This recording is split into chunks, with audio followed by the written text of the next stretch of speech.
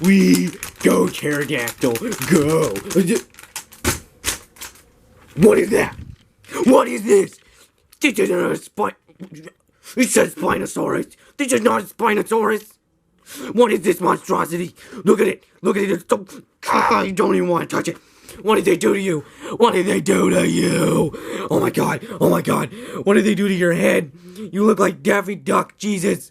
Oh my god, it's so... You look like a wannabe crocodile who got hit in the face with a frying pan. Your head is supposed to be thick and muscular like some kind of megalosaur. What is wrong with you? What's this long spindly neck? What's with the arms? They aren't pronated. How the hell is he supposed to slice the guts out of a wannabe T-Rex? Oh my god, this is horrible. Why does his tail look like a freaking crocodile? You are not a crocodile! You are a dinosaur! And what's wrong with your tail? It looks like someone took a bite out of the top of it and... What did they do to your legs? Oh, they're so freaking tiny.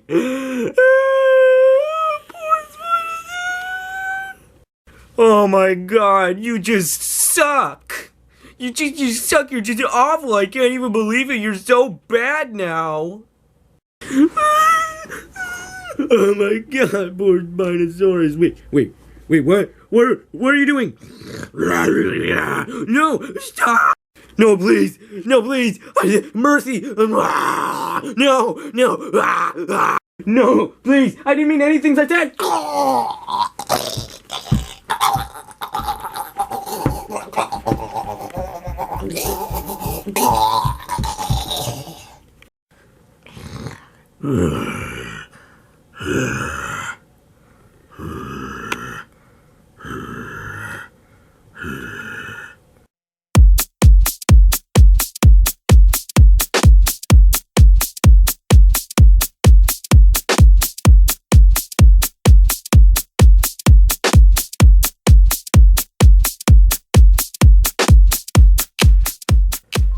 Hey guys, how y'all doing? BionicleSaurus here, and in this video we are going to be taking a look at the 2015 Deluxe Spinosaurus by CollectA. Let's get straight into the overall appearance because I am really excited to talk about this figure. Mainly because of its accuracy, but of course we will get to that later in the review. So, the overall appearance of this model to me is very, very good. They've really stylized it fairly heavily to make it crocodilian. You can especially see it in the tail with all these wonderfully sculpted scoots and large rectangular scales. Very, very well done. The spine is very impressive, or the sail. All these little ridges coming up from where the vertebrae would be. Very just impressive looking, and even though it's not the perfect half circle it used to be, it certainly does justice to the famous feature of this animal. It features an articulated jaw, just like the feathered Tyrannosaurus we looked at in the last video, so that is great to see. The head itself is made of a kind of rubbery plastic, surprisingly. The snout is quite pliable. The pose is a very nice thing. It's just very dynamic. The way he's walking along with this one hand, not off the ground, but raised up a bit, and definitely made to look like it is striding forward. One thing that I am really torn about with this figure is the color scheme. I just can't decide if I like it or not. On the one hand, the colors themselves I really enjoy. This sandy yellow and very bright, kind of mossy green almost. It's the pattern that gets to me. Mainly these little black spots. It'd be one thing if these were more random, just kind of smudges or even stripes, but something about these little polka dots everywhere just looks kind of silly to me. So, for overall appearance, I give this figure a B+.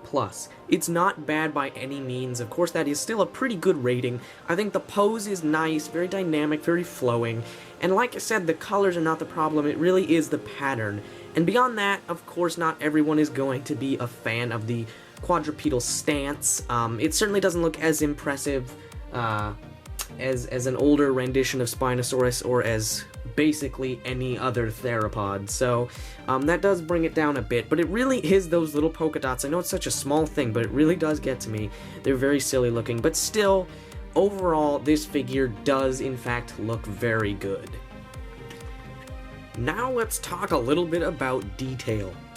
Now, I have to say the detail on this figure is very good. It's not as crisp as some figures, you know, like some of the scales are a little bit rounded and just kind of bumpy, you know. It doesn't have that kind of clear, crisp look as, say, the scalation on a Papo or even a Safari Limited figure, but it's certainly, I think it mainly has to do with the material on this figure being a little more rubbery and less of the hard plastic that we're used to on dinosaur figures like this.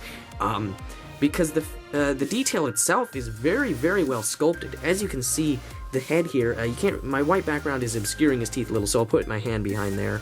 And as you can see, the teeth are incredibly well sculpted, all individually done, completely accurate to the very unique dentition that this animal actually possessed. The inside of the mouth is fairly just bland. You can't really see it very well from this angle. But there's really no need to. It's just what you'd expect. It's just a lot of smooth pink. The eyes are painted with a glossy finish over that pure black, which gives them a very believable and realistic look, although it may not be, it certainly doesn't put off a vibe of very much character or personality in the figure. But then again, for a 60-foot long, basically a 60-foot long blue heron with scales, I mean, it doesn't necessarily need a whole lot of personality. This thing is already very unique and interesting to look at. I like the yellow crest as well. That is a very nice touch. I do like this different texture on the bottom, ignoring the little logo and all that there, sculpted in. As you can see, they actually have like a kind of a wrinkle or a line separating the scales on the body to those on the underside. It's kind of interesting to see. Up by the bottom of the neck and head, you can see there's actually these larger, more kind of square scales, which is interesting, and it's interesting to see just a lot of variation in the scalation of this animal's skin. Well, it's not skin, it's scales. I can't talk today. Anyway, you get what I'm saying. It's a lot of nice diversity in the detail. One of my absolute favorite points of detail on this figure is the crocodilian tail, which I mentioned earlier. Not only does it look nice, it's very well sculpted. It has these 3 rows of large osteoderms, which then go down into just a single row down to the tip. And like I said, these very long horizontal rectangular scales, they definitely look very thick and armor-like. Like you could not easily pierce this animal with any given sharp object, not even the claws of a Carcharodontosaurus, perhaps the bite of a Carcharodontosaurus, but this does look like a thickly armored, thickly scaled, well-protected tail, and really the whole animal has that appearance about it. So for detail, I give this figure an A-. I've said it a million times, it's not as good as Papo, it's not as good as Reborn, it's not as good as Sideshow, but we haven't come to expect that kind of level from average toy manufacturing companies like CollectA. Well, I shouldn't say average, they are very good, but you know, they still are making toys, not huge statues or models or sculptures. And for a $25-ish figure, this figure is really, really well detailed. I love all the diversity and the different types of scales and scutes and osteoderms. I love it. Now let's get into the category that I'm sure you are all waiting for, paleontological accuracy. Oh my goodness! So this figure actually represents a reconstruction from 2014. And this figure, of course, came out last year, 2015. CollectA is so on this. It amazes me that this discovery, this new skeleton and new reconstruction that is so recent, has already been represented really well and accurately in toy form. All the proportions are perfect. The legs are short without looking too unmuscular or, ridiculously short. They're just about right. The hands, he's not knuckle walking, and they are not pronated. Instead, they are out to the side, where they're, they're in a neutral position, and then they're bent out to the side, is I believe what they're trying to show here, which is kind of what I consider to be the most likely option for a quadrupedal stance, just for walking. Knuckle walking does take a lot of adaptation, and the hands of Spinosaurus don't necessarily show it. And of course, they couldn't pronate their hands, so I think this is a really likely option. The long, muscular neck, the long snout, like I said earlier, the dentition is just perfectly done. The sail has the odd dip in it now. The one thing is they have really reconstructed the sail as a fin. It's very, just thin, just paper thin from the top. And, as you can see, they actually have sculpted in points where all the vertebrae are coming through. And, personally, when I reconstruct Spinosaurus, I don't do that. I don't bother to make little indentations in the side to show where the vertebrae are. I usually make it more of a thick, muscular, not a hump, but a little bit like there was that whole kind of trend back in like 2013 of making Spinosaurus almost whale-like by giving it some blubber and stuff and making the sail a lot thicker and smoother looking. I still think that that's probably a more accurate reconstruction. This looks a little shrink-wrapped, but that's kind of a common thing from CollectA. They shrink-wrap the heads of their theropods very often. In fact, we can see that very much on this figure. The temporal fenestrae isn't too defined. The orbit is really over-defined and just sunken in. And then, of course, it helps that the antorbital fenestra is just really small, but it's still very much there and very much over-defined.